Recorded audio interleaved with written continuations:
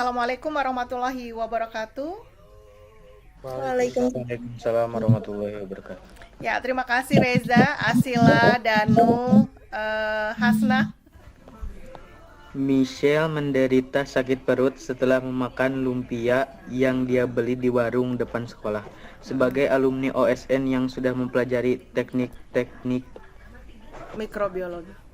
Sorry. teknik-teknik mikrobiologi, ia mencoba mengidentifikasi bakteri pencemar tersebut yang diduga berasal dari kelompok Enterobacter. Michelle mengisolasi bakteri tersebut lalu melakukan pengamatan mikroskopis dan serangkaian uji biokimia. Isolat tersebut bersifat gram negatif, tidak menghasilkan uris dan H2S serta mampu melakukan fermentasi manitol dan sukrosa. Karena keterbatasan bahan, Michelle belum sempat melakukan uji motilitas fermentasi laktosa serta mengamati tekstur koloni pada agar. Iya, pokoknya pusing ya. Intinya ini misalnya keren nih ya. Dia uji coba sendiri. Oke.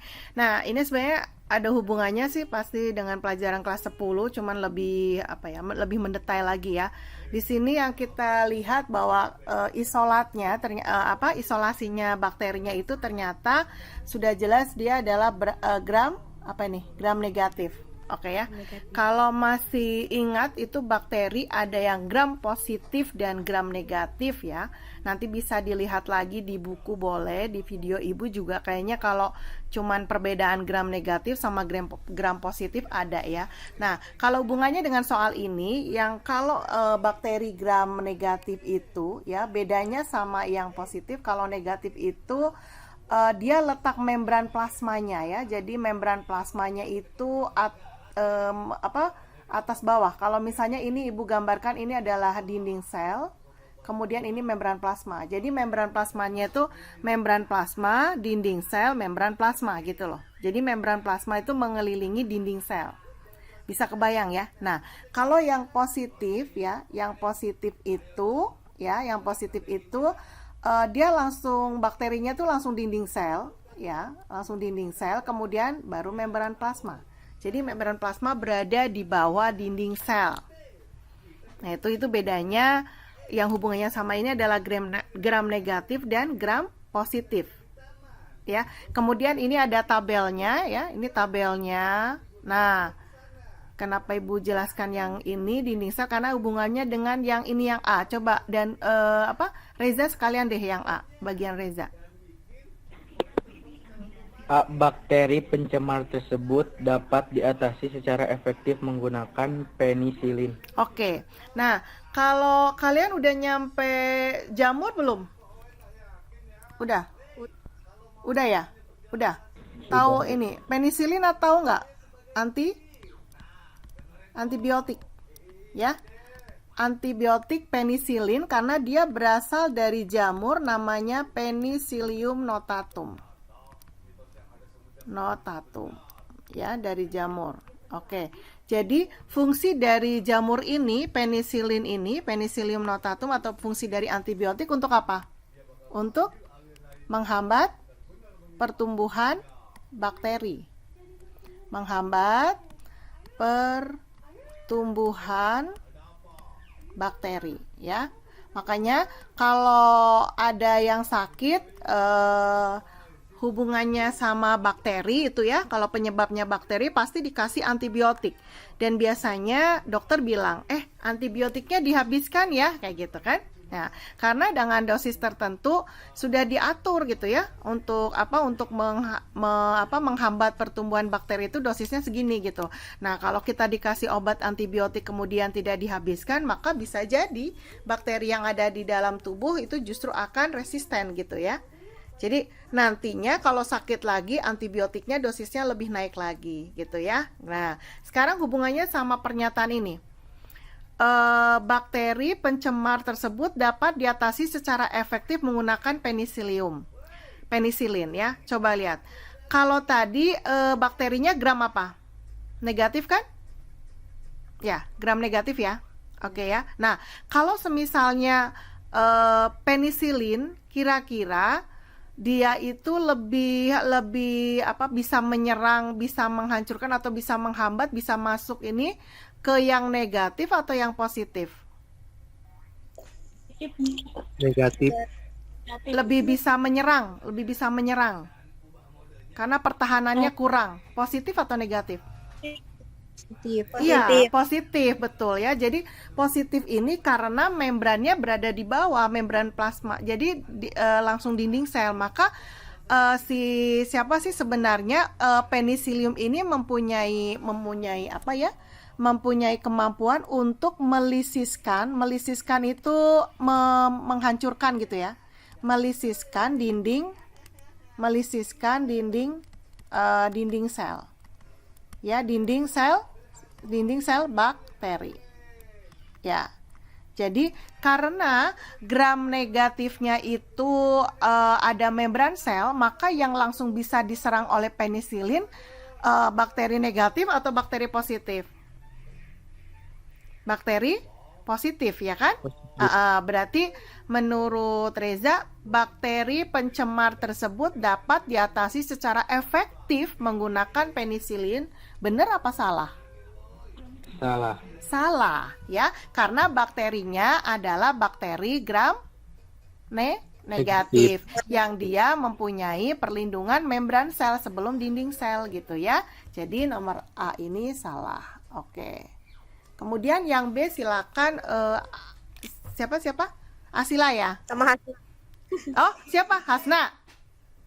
Iya, Oke. yang B. Oh ya, boleh. Wah, ini sempat-sempatnya pas belanja. Ya. Fermentasi mannitol dan sukrosa mengindikasikan bahwa bakteri tersebut bersifat anaerob obligat. Oke, nah sekarang anaerob obligat. Katanya dulu ya. An itu artinya apa?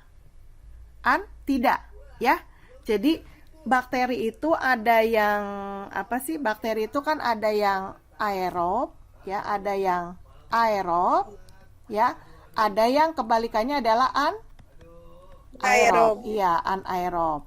Nah, aero itu artinya udara atau oksigen. Jadi kalau aerob adalah bakteri yang memerlukan udara. Oksigen. Iya, memerlukan oksigen, ya kan? Sedangkan anaerob berarti tanpa Oksigen. tanpa oksigen. Jelas ya. Nah, kata-kata obligat. Nah, obligat itu mutlak.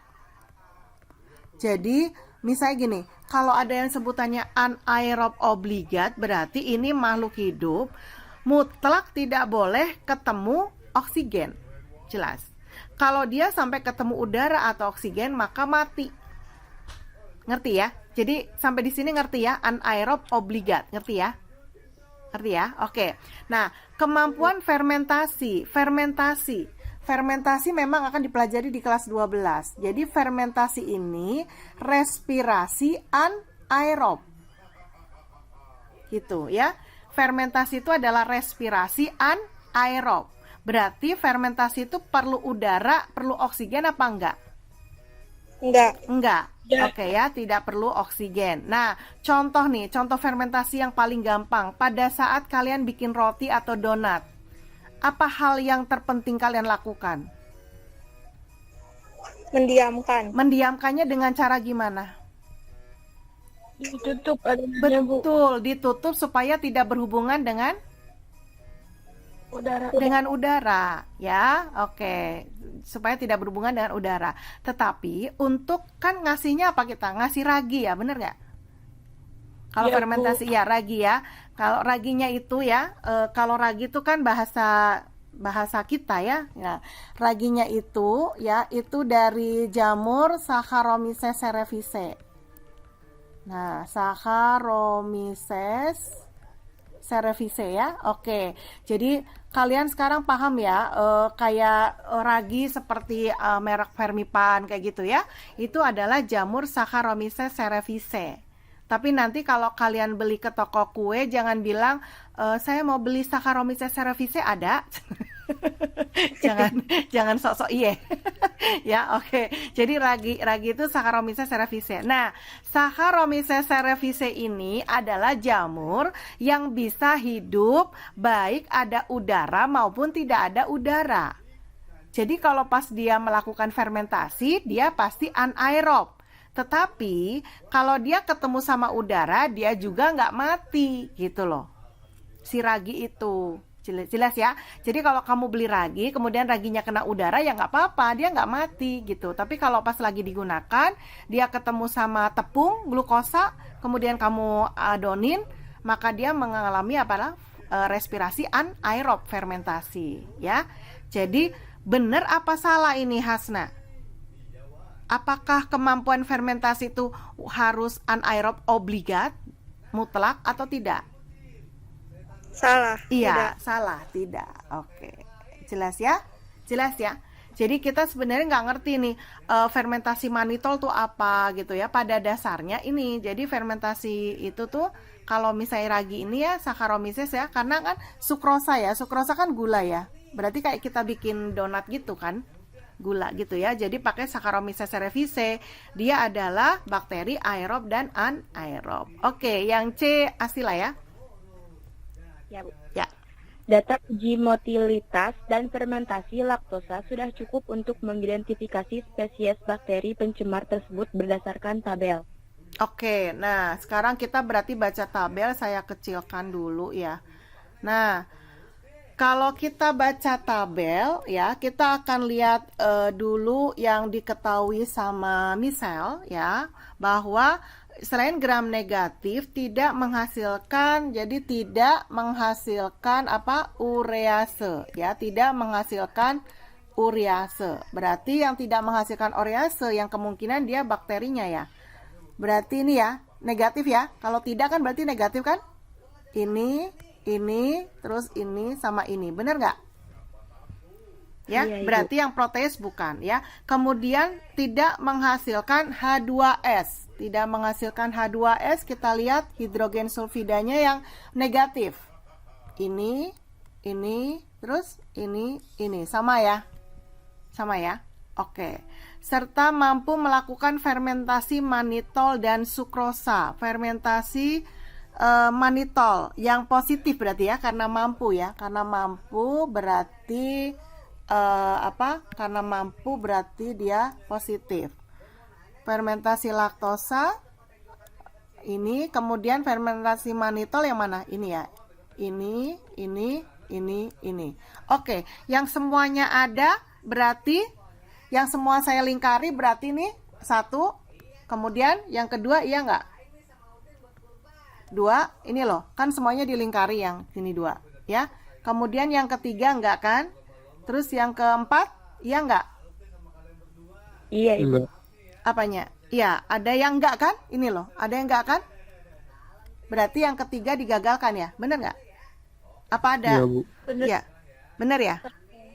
Oke ya, ya. Terus kalau yang keempat sama ya? Sama, Ya, Bu. Bu. Ini juga ya. Oke, berarti dia 1-2 ini ya? 1-2 Ya, ini Bu. kan? Oke. Nah, serta mengamati tekstur koloni pada agar. Oh, koloni pada mokoid agar ini berarti ini ya, positif sama positif berarti iya. Berarti cuma dua, kemungkinan adalah dua bakteri itu. Jadi, kalau di soal yang C ini data uji motilitas. Motilitas tuh yang ini nih, ya kan? Motilitas sama laktosa ya, yang ini ya. Sudah cukup untuk mengidentifikasikan spesies bakteri pencemar tersebut berdasarkan tabel.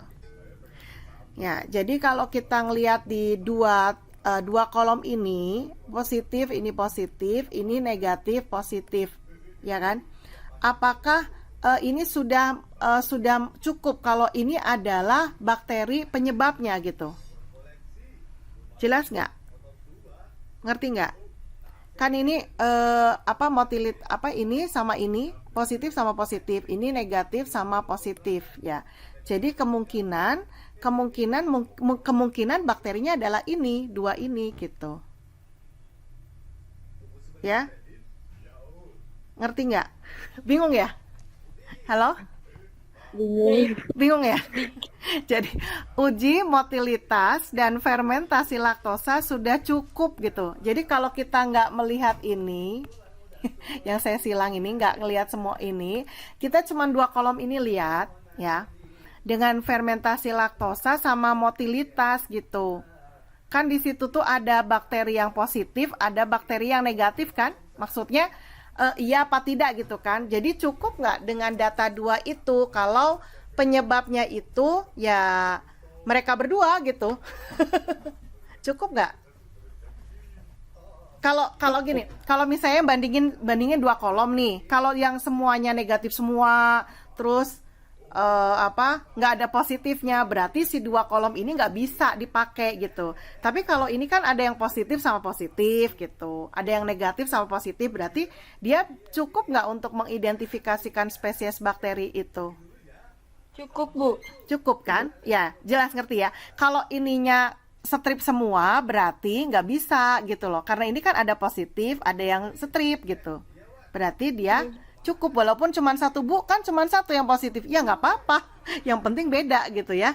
Jelas ya? Oke, bener ya, memang agak rancu. Oke, yang D, siapa yang belum baca?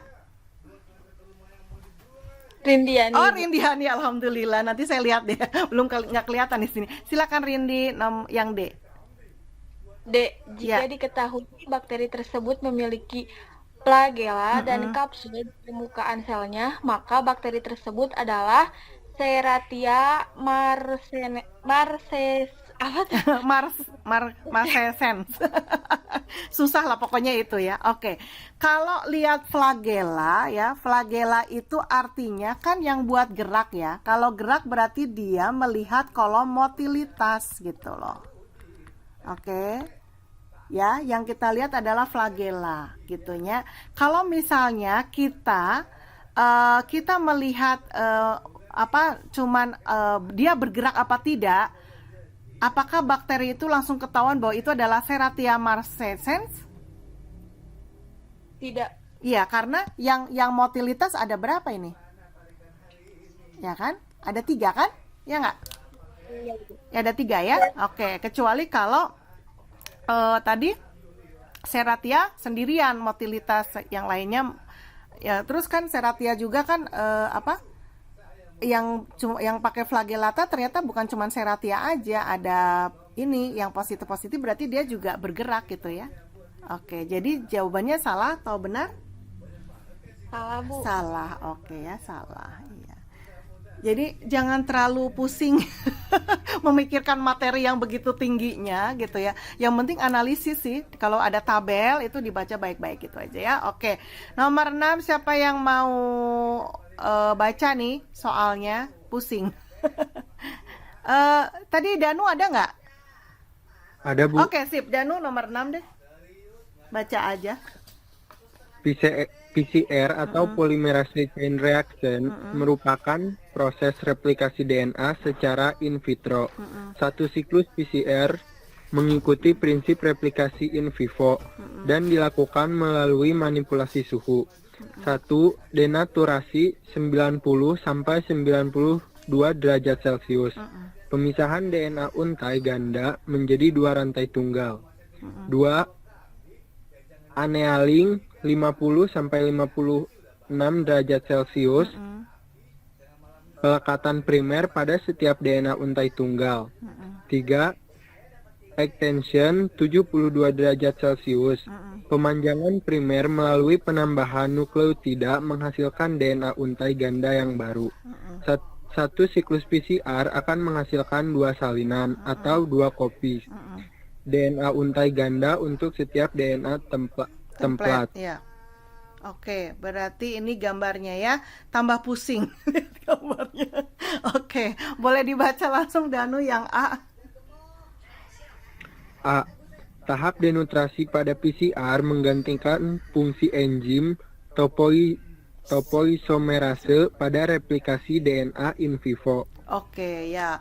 Ini tingkat tinggi ya. Walaupun ini nanti ketemunya di kelas 12, tapi kita kelas 12 juga nggak menceritakan itu. Menceritakan yang kemarin aja kamu pelajari sintesis protein ya. Jadi ini kita ngomongin tentang PCR. Mungkin sejak adanya pandemi kita telinga kita itu kayaknya awam banget dengan adanya PCR, betul nggak? Itu udah dites PCR belum? Nah, sekarang kalian belajar gitu. Oh, gimana sih cara tes PCR? Kenapa mahal? Ya karena ini prosesnya lumayan jelimet gitu ya. Nah, jadi PCR itu adalah polymerase chain reaction ya, reaction. Itu kita ingin mendeteksi ya dengan DNA. Nah, kalau ditulis DNA secara in vitro ya, kalau ada tulisan in vitro itu artinya di luar sel. Ya, di luar sel. Beda dengan pada saat tadi Danu bilang, nah ini in vivo itu berarti di dalam sel. Di dalam sel. Oke? Ya, jadi kenapa kita sebut sebagai in vitro? Karena DNA-nya itu kita keluarkan dan kita akan adakan percobaan dengan alat namanya PCR ini. Jelas. Jadi artinya DNA-nya diproses replikasinya secara in vitro di luar sel. Kan DNA kemarin letaknya di mana? DNA letaknya di mana? Di dalam inti sel kan? DNA itu letaknya di dalam inti sel kan? Berarti di dalam sel kan? Nah, sekarang DNA-nya diambil. Makanya kenapa sampelnya DNA kita bisa ngambil kalau yang PCR itu bisa pakai darah, bisa kemarin dicolok-colok gitu. Ya itu kan lendir gitu ya. Itu juga bisa gitu ya untuk mendeteksi yang PCR. Nah, sekarang kita lihat langsung aja di soal tahap denaturasi. Denaturasi itu artinya pemanasan ya, lebih ke pemanasan merusak gitu ya. Pemanasan dengan suhu tinggi gitu ya. Pemanasan dengan suhu tinggi ya. Untuk tujuannya adalah kalau di tahap PCR ini tujuannya untuk jadi DNA itu kan kayak gini ya, bentuknya mana nih? Nah, ini kan DNA nih bentuknya nih. Nah, kayak gini kan. Nah, ini si DNA ini kemudian diluruskan ya, denaturasi tuh ya. Denaturasi maka nanti akan menjadi DNA-nya terpisah seperti ini loh. Nah, gitu. Itu namanya proses yang pertama adalah denaturasi ya. Dia suhunya dengan suhu 98 derajat Celcius. Dan denaturasinya ini menggunakan enzim namanya. Enzimnya itu namanya helikase. Helikase. Enzimnya apa? Helikase. Ya, jadi intinya gini nih. Kalau Ibu gambarkan ini DNA ya, aslinya kayak gini. Nah, ini DNA. Ini DNA kayak gini nih gambarnya kan. Nah, gini kan DNA kayak gini. Ini DNA ini ya, ini akan dibikin lurus ya, ini namanya kan double helix ya. Udah double, rantainya ganda, double, kemudian helix. Helixnya berpilin. Tahu berpilin nggak? Kalau misalnya kalian ngepang, tahu ngepang nggak? Ngepang rambut ya. Nah, tapi talinya kalau rambut kan 3 ya, ini 2. Pernah kebayang nggak? Jadi 2 tali, kemudian dikepang gitu loh. Nah, disilang-silang. Nah, itu kan. Nah, untuk meluruskannya itu ya, itu enzimnya itu kalau yang untuk meluruskan bikin dia seperti ini. Nah, bikin dia lurus-lurus kayak gini ya. Tapi masih menyatu ya, cuman lurus. Nah, ini enzimnya baru ini, topoisomerase gitu. Ya? Ngerti? Jadi, membuka pilinan ganda, membuka untean-untean itu enzimnya topoisomerase. Nah, tahapan pertama PCR itu adalah denaturasi. Jadi si ini ya, yang 2 rantai ini dipisahkan. Nah, jadi dipisahkan, jadi jauh kayak gini loh. Nah, gitu. Kebayang nggak? Nah, ini enzimnya adalah helikase. Tahu bedanya? Jadi awal mulanya si DNA itu pilinannya harus dibuka. Nah, yang buka adalah enzim apa? Enzim apa yang buka?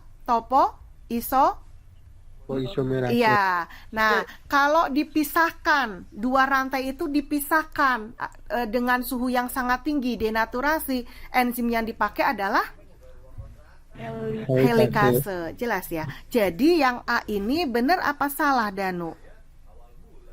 Tahap denaturasi pada PCR menggantikan fungsi enzim topoisomerase pada replikasi DNA di dalam sel. Sama nggak enzim helikase sama enzim topoisomerase?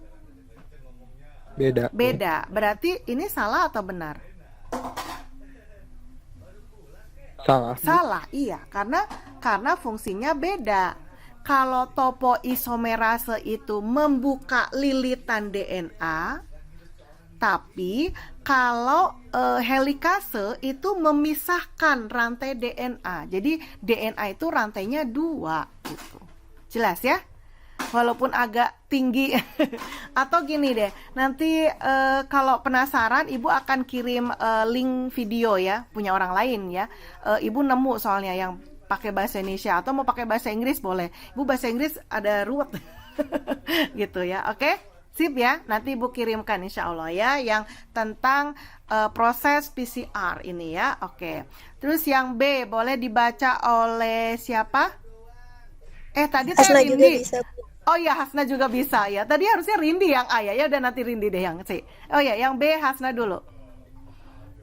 Single strand binding protein atau SSB tidak diperlukan di sepanjang proses PCR. Ya, jadi memang harus apa ya? Harus tahu dulu proses PCR ya. Sebenarnya ini di soal ini dijelasin sih. Proses PCR itu ada 3. Yang pertama adalah denaturasi, pemanasan. Ya, ini pemisahan DNA. Ya, setelah menjadi dipisahkan tadi dengan enzim helikase. Kemudian yang kedua, proses kedua adalah annealing. Ya, suhunya diturunkan. Nah, annealing itu pelekatan primer ini. Ya, pelekatan primer. Primer itu apa sih sebenarnya? Untaian DNA pendek ya, yang dijadikan sebagai pemicu gitu ya.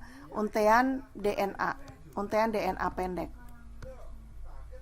Ya, sampel bukan pemicu ya, sampel gitu ya. Nah, kemudian yang proses ketiga ini adalah namanya sebenarnya lebih tepatnya mungkin extension bisa, atau kan ini ada kata-kata pemanjangan ya, elongasi boleh kita bilang, elongasi, atau nanti hasilnya kan menghasilkan nih, berarti terminasi. Gitu. Jadi ada 3 siklus gitu ya. Nah, kalau kita lihat untuk pembuatan PCR ini ya, jadi DNA tahu nggak? DNA itu kan bentuknya kayak gini, tapi aslinya kalau kita lihat dia bentuknya apa sih? Cairan ya, cairan ya. Jangan dipikir bentuknya padat kayak gini. ini kan untuk memudahkan saja gitu ya. Oke ya, jelas ya. Nah, udah gitu teh. Kalau yang ke B ini kan single strand binding protein SSB ini tidak diperlukan di sepanjang PCR. Nah, jadi SSB ini kenapa diperlukan apa? Diperlukan karena dia itu untuk menstabilkan DNA, menstabilkan DNA, ya. Jadi SSB ini digunakan untuk menstabilkan DNA. Ini mah kalau di dalam sel. Ngerti? Nah, kalau di PCR berarti kan DNA-nya dikeluarin tuh dari sel. Karena di lab kan kita pakainya. Maka kalau untuk PCR kita tidak perlu SSB, tapi kita sudah pakai nama cairannya buffer. Gitu. Jadi biar DNA-nya stabil, itu kalau untuk PCR kita pakai namanya buffer. Ya. Jadi yang B ini salah apa benar ya, Hasna? Benar, Bu. Benar ya, karena tulisannya tidak perlu ya, benar. Oke. Rindi ya, tadi belum baca soal ya. Yang C boleh. Yang C ya, Bu. Ya.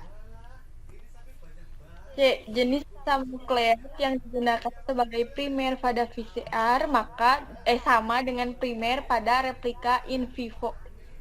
Oke ya, jadi ini mah dihafalin aja ya, karena memang ibu juga ngomong kayak gini teh karena baca aja ya, belum pernah melaksanakan. Kalau pengen melaksanakan nanti ya harus masuk ke ini ya, S2-nya tuh biomolekuler, bioteknologi gitu ya. Ibu yang S1 belum pernah melaksanakan PCR ini gitu ya.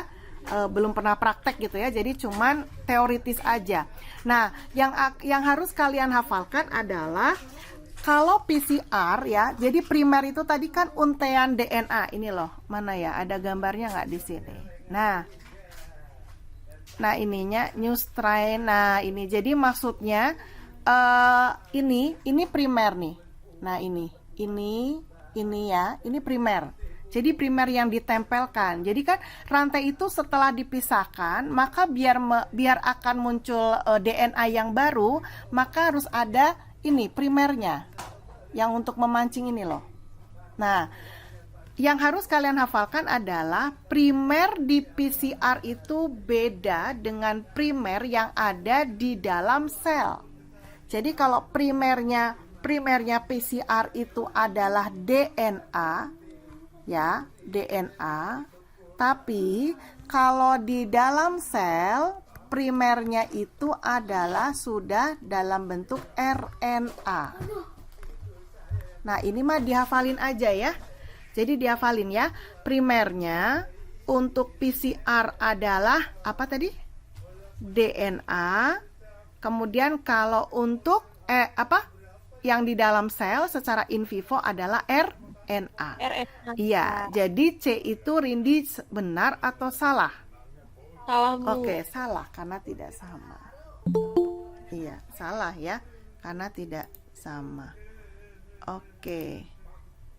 Oh iya. Silakan. Ya. Deg-degan nih, ada teman ibu. Ya, oke. Ya, yang D ya. Sekarang yang D, siapa yang mau baca? Siapa yang belum? Siapa nih? Asila. Asila, Ibu. Siapa? Asila ya? Asila yang D. Oke, silakan. Dibutuhkan setidaknya 4 siklus PCR untuk menghasilkan salinan DNA tanpa overhang DNA untai ganda yang memiliki segmen untai tunggal. Oke. Sebenarnya barusan sudah Ibu jelasin bahwa PCR itu berapa dalam berapa tahap tadi? 3. Iya. Ini yang D ini berapa ini? 4 kan? Ya, harusnya berapa? 3. Berarti salah atau benar? Salah. Salah. Oke. Jadi kalau udah ngerti ya gampang gitu sebenarnya. Ya, kadang kalau kita lihat soal kayak gini tuh udah enak dulu. Oke ya, sip. Oke, lanjut ya, belum adan. Lanjut. Nomor 7, boleh dibaca oleh siapa yang belum baca soal? Rindi, Ibu. Oh iya, Rindi. Oke, silakan. Nomor 7. 3 grafik berikut menunjukkan pertumbuhan Escherichia coli ketika ditumbuhkan pada medium yang mengandung A. glukosa, B. laktosa, serta C. glukosa dan laktosa sekaligus. Ya, jadi ini ada tabel ya. Nanti tabelnya bisa kita baca kalau kita baca soal ya. Rindi langsung aja yang A coba. Sel akan mengkonsumsi laktosa terlebih dahulu karena mengandung energi per molekul yang lebih tinggi dibanding glukosa. Oke. Ini udah udah tingkat tinggi juga ya. Di SMA nggak ada. Kita ngomongin tentang operon. Apa itu operon ya? Operon ya. Ibu barusan nyari dulu definisinya ya. Operon itu adalah sekumpulan gen ya. Jadi gini deh. Operon boleh ditulis ya. Operon itu sekumpulan gen. Ini Ibu searching dulu. Sekumpulan gen ya. sekumpulan gen yang dikendalikan oleh promotor. Haduh, apalagi tuh promotor. Dikendalikan promotor ya.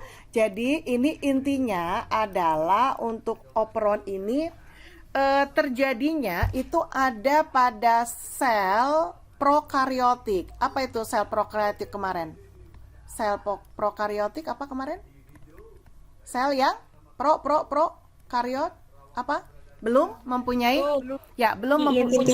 betul. Belum mempunyai membran inti, otomatis dia belum punya inti ya. Contohnya itu adalah pada apa tadi? Bakteri. Oke, bakteri. Nah, ini ada peneliti ya yang meneliti tentang operon dari laktosa. Jadi laktosa tahu nggak laktosa? Ada glukosa, ada laktosa, ya kan ini kan? Jadi ada laktosa, ada glukosa. Bedanya apa? Bedanya kalau glukosa itu adalah oh iya, kalau laktosa gula juga. Dua-duanya gula. Bedanya apa? Kalau glukosa adalah monosakarida. Jadi satu molekul ya. Kalau glukosa itu sudah mono, maka langsung bisa kita pakai untuk masuk ke proses respirasi aerob ya. Itu harusnya metabolisme ya, kelas 12 dijelasin ya. Oke. Nah, nanti ya sambil jalan aja deh ya Ibu jelasin respirasi aerob. Glukosa monosakarida, sedangkan laktosa itu adalah disakarida. Kalau disakarida berarti dia molekul gula yang gabung jadi satu. Disakarida. Oke? Jelas. Jadi kalau glukosa langsung bisa kita gunakan, kalau laktosa kira-kira gimana? Kita harus gimana? Harus memecahkan, benar ya? Kita harus memecahkan. Nah, ya, kita harus memecah. Jadi, setelah diteliti, ini mah dihafalin aja kali ya. Setelah diteliti pada E. coli, Escherichia coli ya. Jadi E. coli ini banyak dipakai untuk penelitian dan dia juga ada di bagian usus besar kita. Sadar nggak kalau ada bakteri baik di usus besar kita? Ya, bakteri yang membuat bentuk feses kita bagus. Tahu feses? Tahu? Apa? Apa? Tahu feses ya? Tahu kan? Nah, kalau bakteri E. coli-nya pundung, maka kita menwa. Tahu menwa? Mencret wae. Ya, iya. Jadi E. coli kalau di dalam tubuh manusia itu membentuk feses yang bagus, penyerapan air yang bagus. Kalau dia pundung, sampai pundung maka kita menwa, mencret wae gitu ya. Nah, di luar itu kalau di lingkungan E. coli itu sebagai indikasi pencemaran. Jadi kalau ada air banyak E. coli-nya, maka air itu tercemar. Ya, tercemar. Dan di dunia penelitian itu lebih sering karena lebih banyak bisa diambil gitu, maka menggunakannya juga pakai bakteri E. coli. Termasuk ini melakukan percobaan pada operon laktosa. Jadi intinya adalah untuk melihat efektivitas metabolisme pada sel prokaryotik operon laktosa. Nah, kuncinya gini nih, secara logika, sel akan mengkonsumsi laktosa. Kira-kira nih, kalau dari lingkungan itu ada laktosa sama glukosa, duluan mana yang akan dipakai untuk membuat energi, untuk metabolisme? Glukosa, Bu. Iya, glukosa. Berarti kalau pernyataan A ini bilang laktosa terlebih dahulu, benar atau salah? Salah. Iya, salah. Gitu ya. Jadi logikanya kalau ada glukosa, maka glukosa itu harus dihabiskan dulu. Kalau nggak ada glukosa, maka promotor, nah ini nih, promotor ini akan mengaktifkan operon ya untuk bisa memecahkan laktosa. Laktosa dipecahkan berarti nanti bisa menghasilkan glukosa baru dipakai gitu ya. Oke, sip. Yang B mau baca silakan, siapa? Siapa yang belum baca? Saya, Bu. Ya. Saya siapa nih? Reza Oh, aja. Reza. Oke, Reza, silakan. Reza. Ya, B, Reza. Pada grafik C, enzim B galaktosidase dan permease baru diproduksi pada fase 3. Oke, ini berarti kita udah langsung harus lihat tabel. Pada apa tadi? Pada grafik C. Nah, berarti grafik C yang ini ya. Pada grafik C, kenapa? Enzim beta galaktosidase. Nah, siapa sih apa sih beta galaktosidase ini? Nah, ini enzim yang digunakan untuk apa? Memecah laktosa. Ya kan? Jadi laktosa ini kan E. coli-nya butuh glukosa ya, bukan laktosanya. Jadi harus dipecahkan, memecah laktosa gitu ya. Nah, kita lihat deh di grafik, kita lihat grafiknya aja walaupun kita nggak ngerti teorinya ya. Oke. Nah, kalau kita bandingkan A sama B kemudian ke C ya. Jadi ini pasti apa ini? Fase 1 ini pasti apa? Glukosa atau laktosa di sini? Kayak ini kan? Berarti ini adalah kok laktosa, glukosa, sorry ya, glukosa ya. Yang A ini kan glukosa kan? Ya, yang A glukosa. Nah, kemudian ya di fase 2 ini ya. Nah, ini terjadi apa? Operon tadi, operon laktosa. Kenapa? Karena glukosanya udah habis, operon laktosa. Nah, baru yang 3 ini adalah laktosa baru dipakai gitu kan. Nah, pertanyaannya adalah pada grafik C, enzim beta galaktosidase dan permease baru diproduksi pada fase 3. Bener nggak? Salah. Iya, harusnya di fase berapa? Fase 2. Binter, fase 2, betul ya. Fase 2 kan ada operon laktosa ya. Jadi ini salah. Oke. Yang C, coba saya lihat apakah ini boleh dilihat yang apa pesertanya. Iya, oke. Saya pikir ada ini ya, ada ada keponakan, belum ada ya. Oke. Sip, nomor yang C siapa yang mau baca? Danu. Siapa yang belum ditunjuk dari tadi? Ayo, silakan yang C. Tadi siapa? Hasna aja, Bu. Oh, Hasna. Ya, Hasna. Saya nggak berani nunjuk Hasna sebenarnya. Ayo, Hasna. Yang C, pada grafik C, represor baru diproduksi pada fase. Iya, fase 2. Jadi gimana ya ini teh ngomongnya ya? Aduh, harus tahu operon laktosa ya. Oke.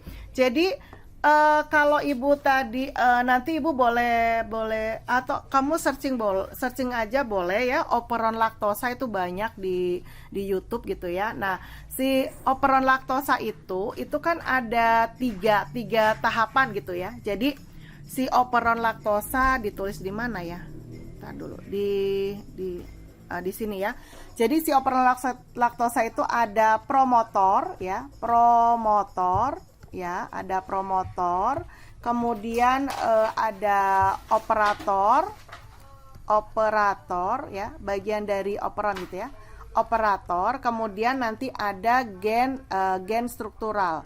Jadi gen struktural ini yang akan mengalami itu loh yang kemarin kalian pelajari, sintesis protein gitu ya. Nah, jadi pada promotor itu ya ada apa sih ini? Promotor ya. Promotor ini untuk represor ya. Represor itu sama dengan ini operator. Jadi represor tuh di sini nih. Operator. Tahu nggak operator? Kalau di lab komputer kan ada operatornya gitu. Ngerti nggak? Jadi fungsi dari operator tuh ngapain? Yang mengoperasikan. Betul ya, yang mengoperasikan kan, karena dia yang tahu kan, tahu lab itu kan. Oke, yang jadi kira-kira kalau ada lab komputer itu kan mesti ada operatornya ya kan. mau komputernya dipakai atau tidak, kira-kira represor atau operatornya itu masih ada nggak? Harus ada nggak? Masih ada. Iya, harus ada kan, harus ada. Jadi kasarannya kayak gitu deh. Itu ada lab komputer. Ya, ada lab komputer, kemudian ada operatornya kan. Nah, jadi untuk walaupun ada siswa yang pakai komputer atau tidak, itu si operatornya itu kan harus ada di ruangan itu. Ya kan? Nah, yang C itu juga sama. Pada grafik C, lak oprepressor baru diproduksi pada fase kedua. Bener apa salah? Iya, salah ya. Kenapa salah? Karena dia harus selalu ada. Karena kan dia operator. Represor itu operator. Kalau operatornya nggak ada, gimana atuh nanti kalau ada siswa-siswa yang datang? Ada apa? Terjadinya sintesis protein. Iya, gitu. Jelas ya? Jadi ini adalah salah. Ya, oke? Sip. Yang D, siapa yang mau baca? Asila. Oke, sip. Operon yang terlibat dalam pengaturan metabolisme laktosa dan glukosa bersifat indusible. Oke, ada lagi kata asing lagi. Inducible. Tahu artinya inducible nggak? Bisa diaktifkan. Jadi bisa di-on-kan gitu ya, on. Nah, ceklek on gitu ya. Nah, kira-kira tadi kalau berdasarkan cerita yang barusan Ibu, kira-kira operon ini bisa diaktifkan atau dia selalu aktif? Operon. Iya, bisa diaktifkan karena dia punya apa ini tadi? Punya apa? Iya, punya promotor. Gitu ya. Ada promotor, kemudian ada operatornya. Maka pada saat E. coli ini merasa bahwa lingkungannya tidak ada glukosa, maka otomatis ya operon laktosa ini akan diaktifkan supaya laktosanya dirubah menjadi glukosa. Oke, jadi Asila yang D benar apa salah? Benar. Oke, benar ya. Oke, sip. Ya kan? Nanti jadi Ibu akan mencoba supaya kalian mencintai dulu soal-soalnya. Kalau udah cinta kan apapun kamu lakukan kan, bener nggak? Jelas ya? Oke. Kenapa cinta? Karena kamu sudah paham. Ya, kamu kalau jatuh cinta itu kan karena sudah paham orangnya kayak apa, makanya kamu jatuh cinta ya kan? Nah, sekarang harus paham dulu gitu soal-soalnya ternyata kayak gini. Jadi jangan antipati dulu. Kalau misalnya kamu pengen mengenal seseorang, kamu sudah ngelihat orangnya, ih malesin banget orangnya, ya sudah, kamu tidak akan bisa mencintai dia gitu. Tapi kalau kamu mencoba untuk memahami gitu ya, nanti juga akan jatuh cinta. Kalau jatuh cinta, kamu kemana-mana pengen terngiang-ngiang sama soal KSN gitu.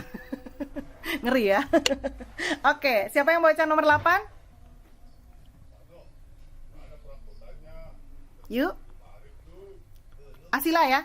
Saya, Bu. Oh, saya Bu. Siapa ini? Saya Bu. Rindi. Asila. Oh ya, Asila. Oke. Sip, nomor 8. Nggak kelihatan. Gambar di bawah menunjukkan salah satu proses yang terjadi pada membran dalam mitokondria. Membran luar tidak digambarkan. Iya, pusing ya. Mitokondria. Ini saya nanya nih, kalian kan kelas 10 ya, kecuali Hasna. Hasna pernah lihat mitokondria? Gambarnya aja pernah nggak? Rindi juga bukan kelas 10. Rindi juga, ya Allah. Ingatnya kemarin, ya Allah, kan ada Rindi. Ya, Rindi sama Hasna sudah pernah lihat gambarnya mitokondria? Kalau Danu, Reza sama Asila belum. Sudah kayaknya Ibu. Sudah ya kayaknya. Oke.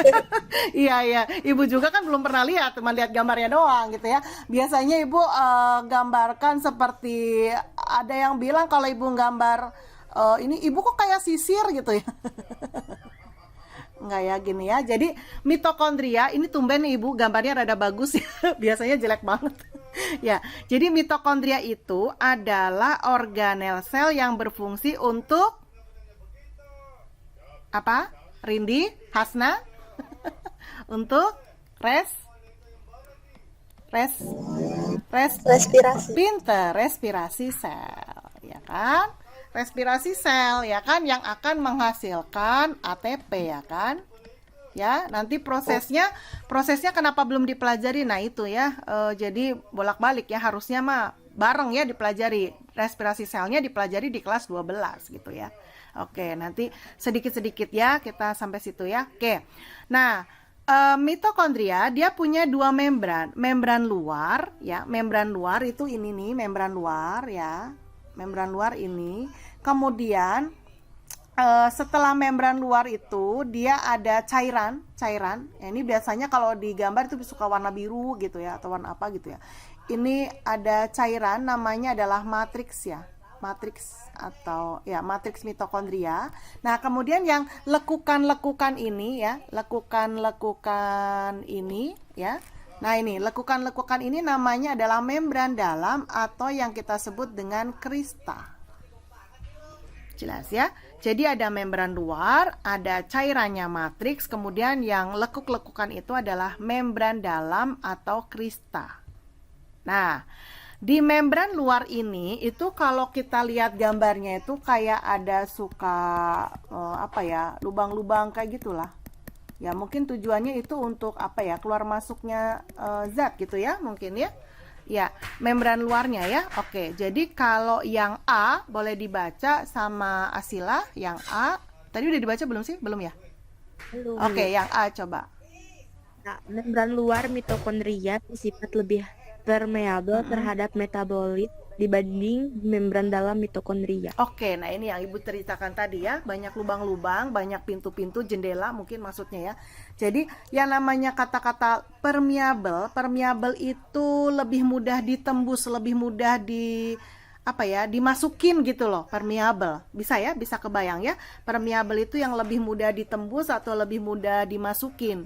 Kira-kira membran luarnya itu yang lebih permeabel apakah membran dalam? Membran luar ya kan, membran luar, karena kalau dilihat gambar tuh ada lubang-lubang kayak gitu. Kalau enggak memang dia secara apa ya, karena di luar kan, jadi dia lebih permeabel daripada yang di dalam krista gitu ya. Nah, jadi jawabannya benar apa salah? Benar. Oke, benar ya. Oke. Yuk yang B, Rindi. Malat lebih teroksidasi dibandingkan dengan oksaloasetat. Nah, gitu ya. Udah mulai nih. Kita harus baca diagram. Ya, jadi oksidasi. Kita harus pakai nama ngertiin dulu. Oksidasi itu artinya memberi elektron. Memberi elektron. Ya, jadi memberi elektron. Kebalikannya adalah reduksi. Reduksi itu kan pengurangan ya. Kalau di elektron justru dia menerima elektron gitu ya, elektron.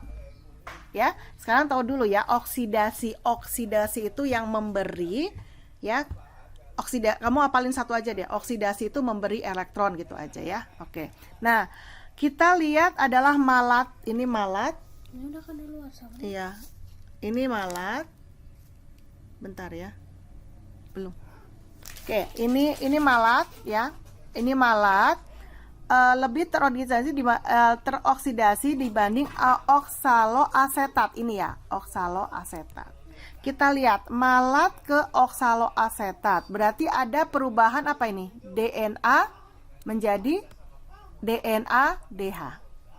DNA. Kok DNA sih? NAD plus ya, rada ini ya, yang tadi belum selesai. Ibu masih kepikiran. NAD plus menjadi NADH ya, Ibu tulis di sini. NAD plus jadi NADH. Oke. Kalau NAD plus menjadi NADH itu kira-kira ada penambahan apa ini? Penambahannya apa? Kimia juga ini ya?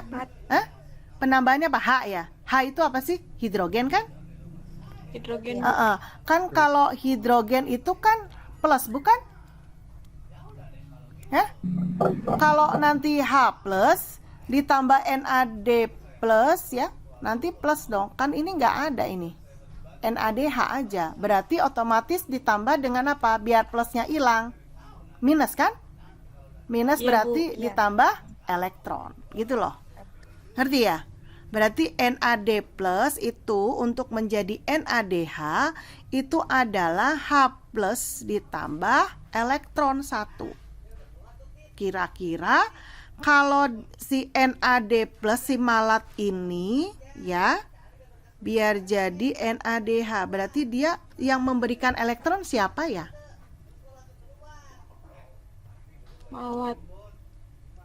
Yang memberikan elektron kan si malatnya NAD plus. Malatnya NAD plus, oksaloasetate NADH. Ya. Jadi yang memberikan elektron siapa? Oksaloasetat atau malat? Sola asetat. Iya, jadi yang memberikan elektron adalah ini justru oksaloasetat. Maka malat sama oksaloasetat lebih oksidasi mana? Mana? Yang lebih teroksidasi yang mana? Oksalo Iya, Aset. berat oksaloasetat. Berarti yang B benar apa salah? Salah, Bu. Salah ya. Oke. Jelas ya. Jadi jangan kepancing, tadinya Ibu juga tadinya mikir oh bener kayaknya ini kan ini dapat E plus ya. Oh, iya dong. Iya kan? Kalau ini berarti kalau ini dapat berarti dia menerima ya. Malah tereduksi ya berarti ya. Bener nggak? Ya kan? Si malatnya ini ya. Jadi yang oksidasi adalah oksaloasetat. Oke ya. Oke, yang C Reza C. Pada saat respirasi anaerob, malat akan tersedia lebih banyak dibandingkan oksaloasetat. Respirasi anaerob itu tadi apa ya? Respirasi anaerob itu adalah fermentasi. Jadi kalian semua ya, karena belum kelas 12, jadi ada sistem ada apa sih namanya? Ada respirasi namanya, proses respirasi ya, ada yang aerob ya, ada yang anaerob. Nanti kalian nonton video Ibu yang respirasi aerob ya, dan respirasi anaerob, linknya nanti Ibu share di grup ya.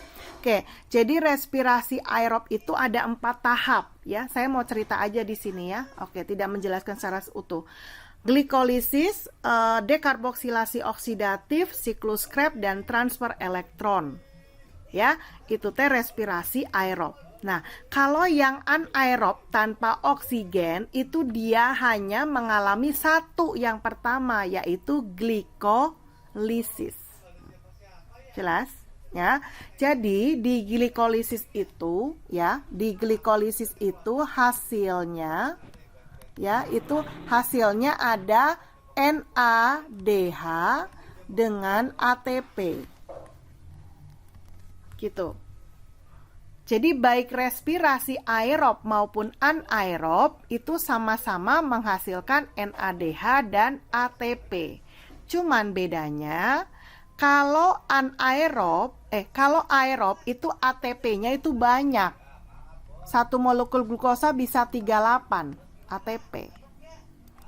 Ya, tapi kalau yang anaerob itu ya ATP-nya cuma 2. Fermentasi alkohol, fermentasi asam laktat gitu ya. Oke ya, nanti boleh dilihat dulu ya prosesnya ya.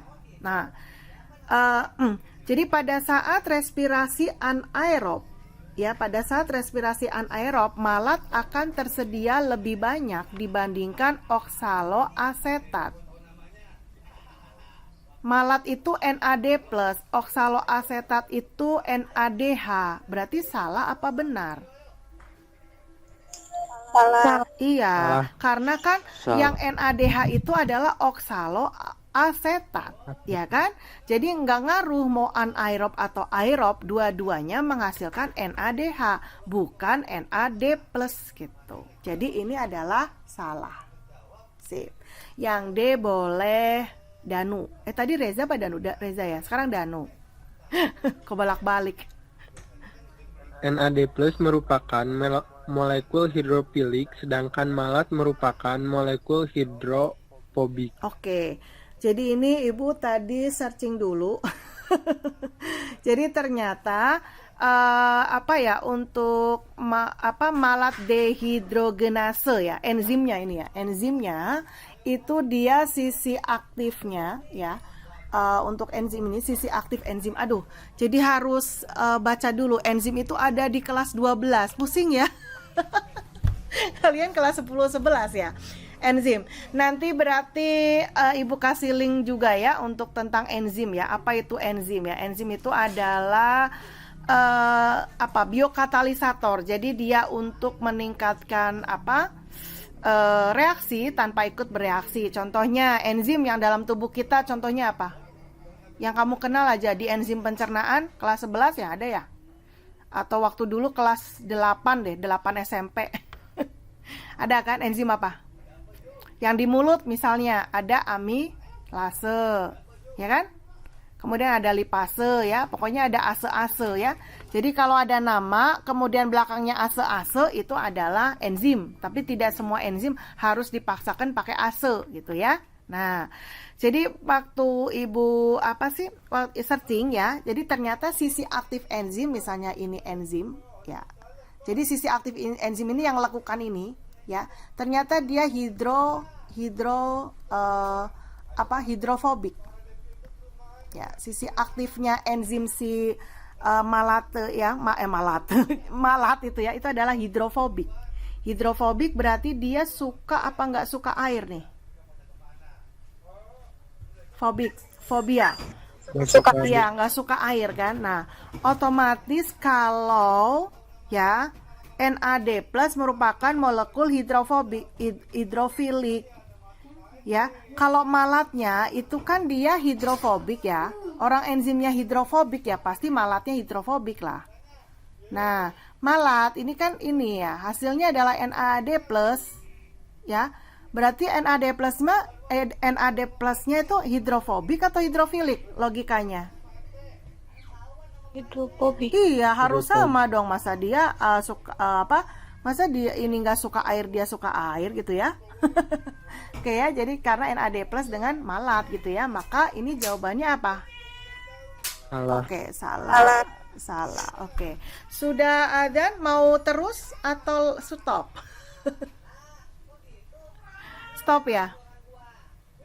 Tergantung Ibu. Oh, tergantung Ibu. Atau satu lagi ya, 9 ya.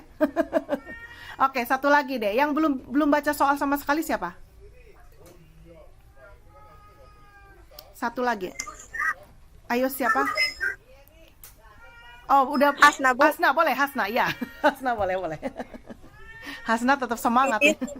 Ya. Homogenat daun untuk mempelajari sintesis suatu protein Kloropas. Sejumlah identik asam amino 14 Celsius dimasukkan ke dalam preparat homogenat sel utuh whole chain homogenat dan preparat isolat kloroplas masing-masing mengandung jumlah klorofil yang sama. Reaksi dilakukan pada keadaan terang atau gelap. Setelah masing-masing reaksi dihentikan, CP yang telah terlabel oleh asam amino 14 Celsius diisolasi dan dikuantifikasi pada perlakuan 5, 6, dan 7. Ditambahkan sejumlah zat lain sebelum pemasukan asam amino 14 Celsius. Iya, pusing ya? Pusing nggak? Ibu juga pusing itu ya. Oke. Ibu mau buka ini ya, takut salah, mau buka kunci jawaban. Nyari kunci jawabannya kok nggak nemu. Oh ya, ini ada file kunci jawaban ya kan? Nah, bentar. Ya, oke. Bentar nih ya anak Ibu. Oke. Jadi kita ngomongin tentang fotosintesis. Kita langsung ke soalnya aja deh, Hasna, yang A deh. Yang A boleh dibaca? Boleh. Ya. Bentar, sebentar, saya naikin dulu. Ya, silakan. Yang A, perlakuan 1 dan 3 dapat digunakan sebagai kontrol untuk mengetahui pengaruh cahaya. Oke, yang A perlakuan 1-3, intinya itu Titis ini mengadakan penelitian tentang fotosintesis ya. Jadi perlakuan 1 dan 3 dapat digunakan sebagai kontrol untuk mengetahui pengaruh cahaya. Kita lihat aja langsung di tabel ya. Kita pusing dengan yang ini nggak apa-apa, kita lihat tabel aja. Biasanya tabel membantu. Perlakuan 1 sama 3. Oke. Ini adalah kondisinya gelap, berarti dia tidak dikasih perlakuan cahaya ya karena gelap. Kemudian yang 3 juga gelap, tidak dikasih perlakuan cahaya. Tambahan zatnya nggak ada. Oke, berarti memang kedua perlakuan ini 1 dan 3 itu benar-benar tidak dikasih perlakuan. Maka kalau tidak dikasih perlakuan, bisa nggak dia dianggap sebagai kontrol? Bisa? Bisa ya? Tidak bisa, Bu. Tidak bisa, kenapa? Kenapa? Bisa apa tidak bisa tadi jawabannya? Tadi, siapa yang jawab tadi? Bisa apa tidak bisa? Gue udah ngeheng nih. Kenapa?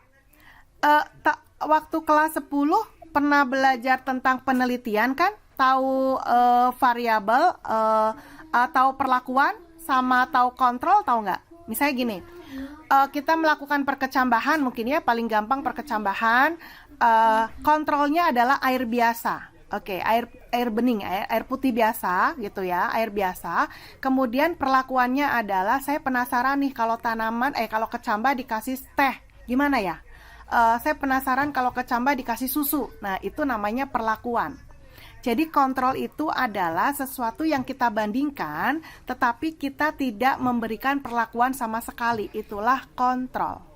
Nah, untuk kasus nomor 9 ini, kira-kira perlakuan 1 dan 3, dia sama-sama tidak dikasih cahaya karena gelap, dan dia sama-sama tidak dikasih tambahan zat. Apakah ini bisa dikategorikan kontrol? Bisa, Bu. Bisa, oke. Berarti yang A jawabannya? Benar. Oke. Sip, yang B yuk. Rindi, yang B. Sintesis protein CP dihambat oleh suatu komponen seluler yang berada di sitosol. Ya, sitosol. Sitosol itu Rindi pernah dengar? Nama lain dari sitoplasma, sama aja. Sitoplasma adalah apa? Cairan sel. Oke, cairan sel. Ya. Jadi sitosol, sitoplasma sama. Oke. Sintesis protein CP dihambat oleh suatu komponen seluler yang berada di sitosol. Oke, kita lihat.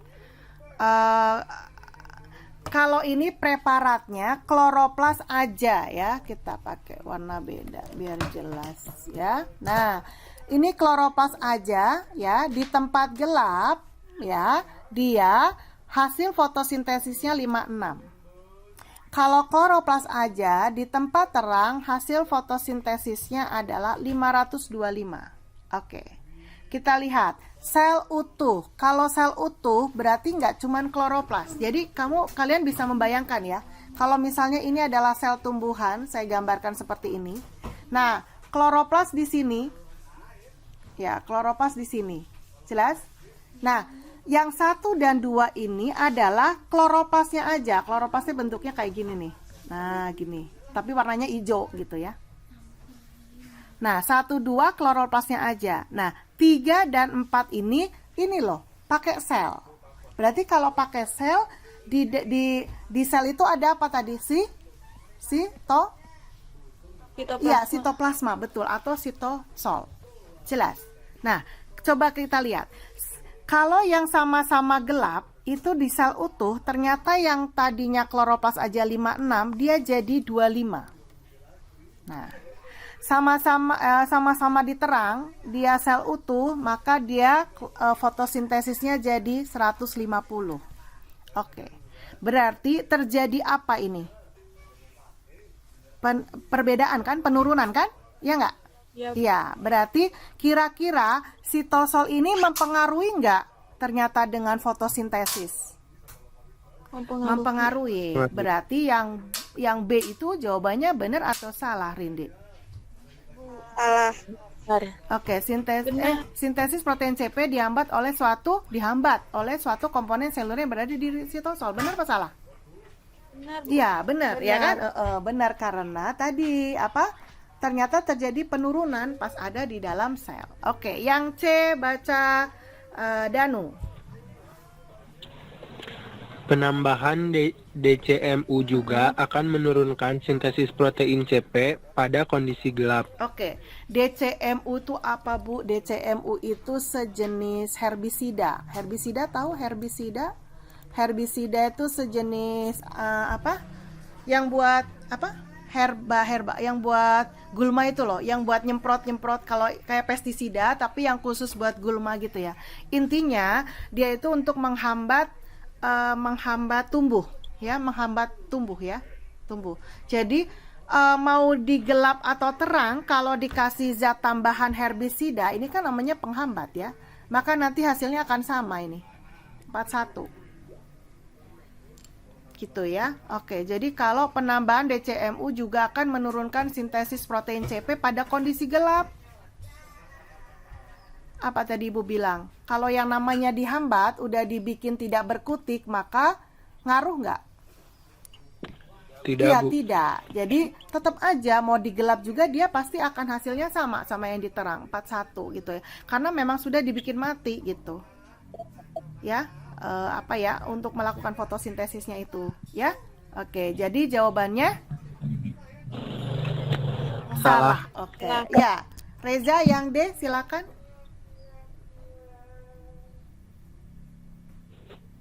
Reza yang D. Ada Rezanya? Jika Iya, ATP pada percobaan 5 dan 6 digantikan dengan NADPH, maka hasil yang diperoleh akan kurang lebih sama. Oke, kita lihat 5 dan 6. 5, 6 itu penambahan zatnya adalah ATP, ya kan? Nah, dibandingkan dengan apa tadi NADPH, NADH sama sih sebenarnya. Cuman kalau NADPH lebih ke tumbuhan ya, hasil fotosintesis. Tapi kalau tadi respirasi itu kita pakai NADH. Jadi aturannya adalah yang harus kalian hafalkan bahwa 1 NADH ya itu setara dengan 3 ATP. Ini rumusnya. 1 NADH setara dengan 3 ATP. Jadi, kalau perlakuan 5 dan 6 hanya dikasih 1 ATP, kalau kita ganti dengan tambahan zat 1 NADH yang setara dengan 3 ATP, kira-kira hasilnya sama atau beda? Beda. Pasti lebih baik ya kan? Bener nggak? 1 sama 3 ya. Maka jawabannya adalah salah. Oke. Walidaya, wassalamualaikum warahmatullahi wabarakatuh. Dadah. Thank you ya. Ya, thank you.